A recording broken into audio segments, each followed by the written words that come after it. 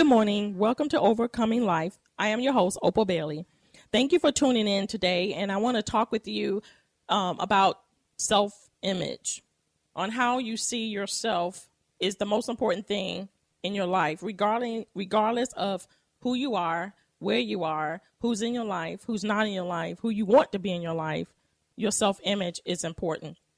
And the reason why I'm talking about this is because I've just been so engulfed in conversations with people, mostly single people, who share their interest in wanting to find a husband, feeling like their biological clock is ticking, feeling like that something is wrong with them, being pressured by family or society or even their own mental anguish to try to figure out what is wrong with them. How can they be a better single person? And what I want to share with you is that in order for you to be a better person, period, whether you're single or married or whatever, you have to have a positive self-image about yourself. If you don't see yourself as valuable, if you don't see yourself as someone who has worth and who can offer, who has things that are going for yourself, no one else can see that. And the most important thing of having a positive self-image is not so that you can meet someone, but to build your own self-purpose up, to build your own self, to encourage yourself, to let you know that you are valuable, whether you're with someone or whether you're not. And I know that in my personal life as a single person, the wrong motives or the wrong thinking of yourself can lead you into relationships that are very detrimental, can lead you into negative relationships, can lead you into being hurt, even worse, or all these things that are coming your way, which will cause negativity to you. And then the moment that something happens, the first thing we think about is, what's wrong with me? What's going on with me? Why me? Why I can't find someone? Why? And it's always focused back on you. And so, but what I also found out is once I found out about who I was, my identity was not in having someone in my life, but my identity was loving who I am. And the moment I found out how to love me, God changed my whole life. He just came in and just touched my heart, and he let me know that some of the things that I was thinking and doing is because of cycles. We get into a cycle. We get into a rut that it's like a rabbit in his little wheel. And we want to run, but we see that carrot, but we want to run, but we're staying in that one spot. It's because of how we see ourselves. So I'm here this morning to encourage you to look at how you see yourself. Do you see yourself as someone valuable? Someone who can offer someone something, whether it's encouragement, someone who's precious, because that's what you are. God sees you as valuable. He sees you worth the wait. He sees you so beautiful, regardless of how you see yourself. He sees you that way. And therefore, that's why he tells us in Jeremiah 29 that he knows the thoughts and the plans that he has for us. And they are good and not evil.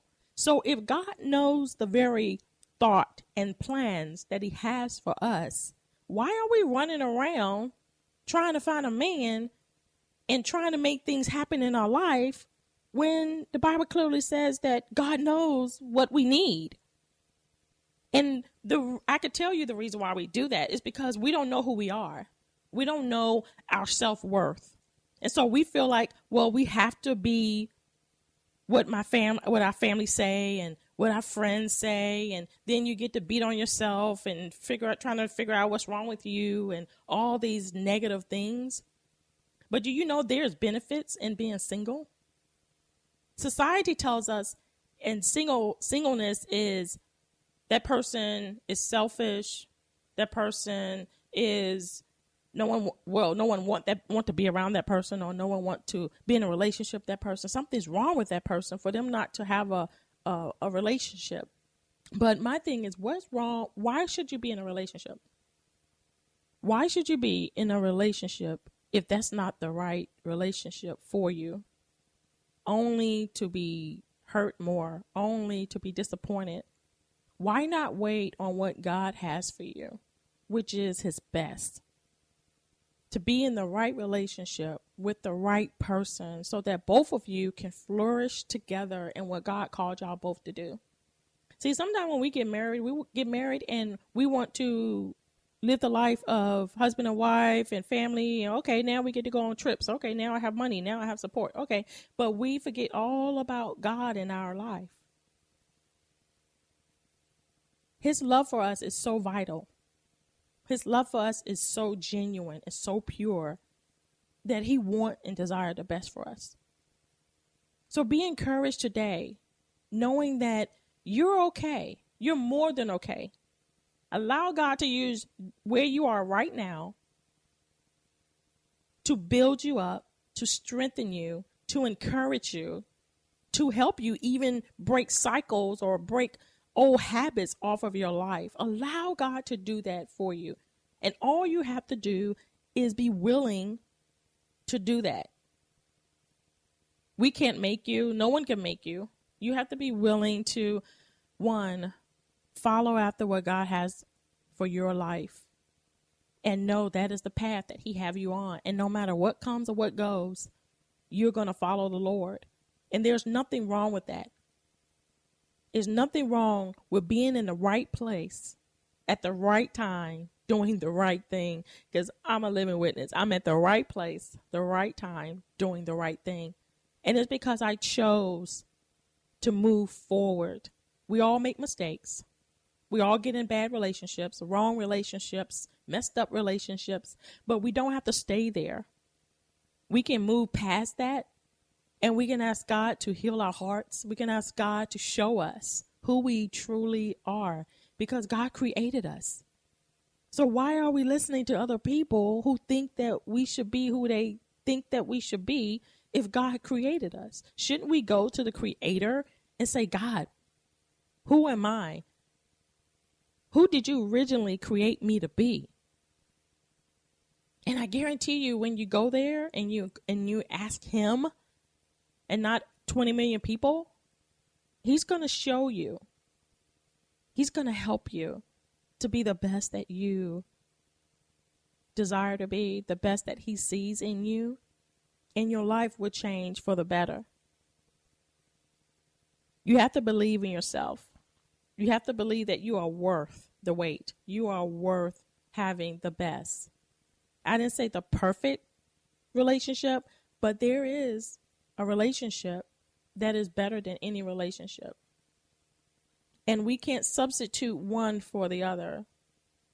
And knowing who you are and loving who you are, you have to have a relationship with the Lord. You have to have a relationship with Jesus, because who else could tell you everything about you?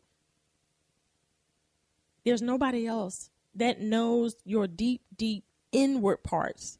Yes, we have mothers and we have fathers, and yes, they raised us, and yes, but they can't go into those deep areas that God can get into. They can't go and touch that deep hurt that God can get into. They can't sit there and turn your life around when it was topsy-turvy and when you were just confused, and God just straightened everything out, and now you're walking in newness. You're walking as a new person. You're walking healed. You're walking whole, and you're walking complete. Knowing who you are is vital to your singleness. Is vital to any person, really. But being that our topic is on singleness, is vital to your singleness. You have to walk in who you are. You have to believe that you are valuable. Because if you don't believe it, you can meet whoever it may be, and they won't treat you the way that you see yourself.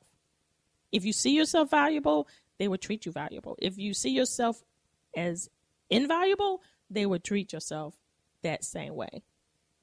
So just know today that you are valuable. Know today that you are worth the best. The best way to face singleness is to know that God knows you, and he knows the plan that he has for you.